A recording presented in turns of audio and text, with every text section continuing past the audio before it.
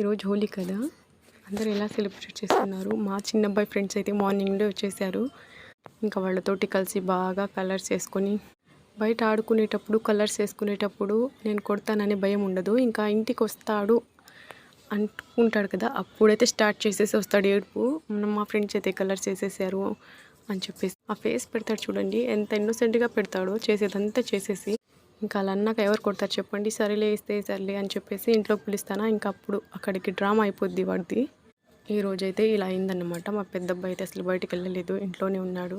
చిన్నవాళ్ళ గురించి చెప్పాల్సిన అవసరం లేదు కదా, అల్లరి చిన్నవాళ్ళు ఎక్కువగా చేస్తారంటారు, కానీ మా ఇంట్లో ఇద్దరు చేస్తారనమాట. మా పెద్ద అబ్బాయి కనిపిస్తాడు అల్లరి చేసేది, మా చిన్నోడు కనిపించకుండా చేస్తాడన్నమాట అల్లరి. అలా ఉంటుంది ఇద్దరితో. బయటికి వెళ్ళి ఆడుకోరంటే కూడా బయటికి వెళ్ళలేదు మా పెద్ద అబ్బాయి, ఎందుకంటే వాడికి కలర్స్ ఉంటాయి కదా, ముఖం మీద పడితే కంట్లోకి వెళ్తాయని భయం అన్నమాట. ఒకసారి కంట్లోకి వెళ్ళిపోయింది కలర్, అప్పుడు మంట వచ్చింది. అందుకని కలర్స్ వేసేటప్పుడు బయటకైతే వెళ్ళలేదు, వాడు ఇంట్లోనే ఉన్నాడు. ఈరోజు లంచ్లోకి వచ్చేసి చిక్కుడుకాయ టమాటా కర్రీ అయితే చేశాను.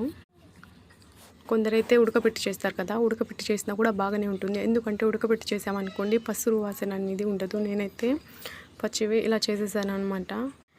కర్రీలో కూడా బాగా ఉడుకుతాయి కదా, అంత పచ్చి వాసన ఏమి ఉండదు. టేస్ట్ అయితే చాలా బాగా వచ్చింది. మీకు వీడియో ఎలా అనిపించింది? నచ్చితే లైక్ చేయండి, సబ్స్క్రైబ్ చేసుకోండి. Okay, bye.